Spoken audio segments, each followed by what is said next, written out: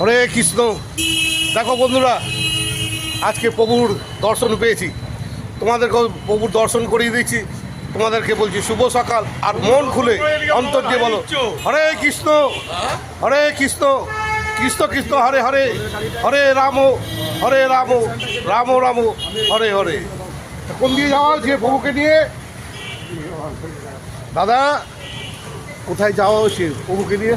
ওই যাবো, কীর্তন আছে একজনের বাড়ি। কোথায়? ওই এইদিকে এইদিকে তাকিয়ে, এদিকে তাকিয়ে।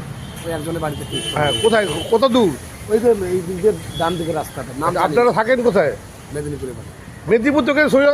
না, আজকে আসেনি। আচ্ছা, আর বালিতে ছিল। বালিতে ছিল।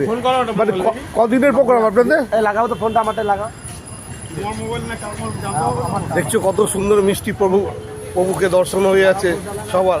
আমার আজকে দিনটা আশা করছি ভালো যাবে, আর তোমাদের সবাই ভালো যাবে, কেন এই রবিবারে সকালে প্রভুর দর্শন। রবিবারে সকালে সেই সুদূর মেদিনীপুর থেকে প্রভু এসে হাজির হয়েছে আমাদের ফুলবাগানে। তোমরা সবাই দেখতে পাচ্ছ, অসংখ্য ভক্তরা ইতিমধ্যে এসে গেছে, এবং যার বাড়িতে এই প্রভু আজকে প্রবেশ করবেন, যার বাড়িতে প্রভু আশীর্বাদ দেবেন, তিনি এই এসে আর কিছুক্ষণের মধ্যে উপস্থিত হবেন। তারপরে প্রভু তার নিজের গন্তব্যস্থলে পৌঁছে যাবে।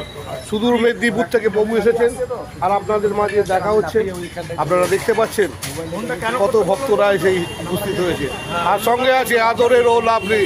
কোনো কথা হবে না, এই দেখুন, বল হরে কৃষ্ণ, হরে কৃষ্ণ, কৃষ্ণ কৃষ্ণ হরে হরে, হরে রাম রাম রাম হরে হরে।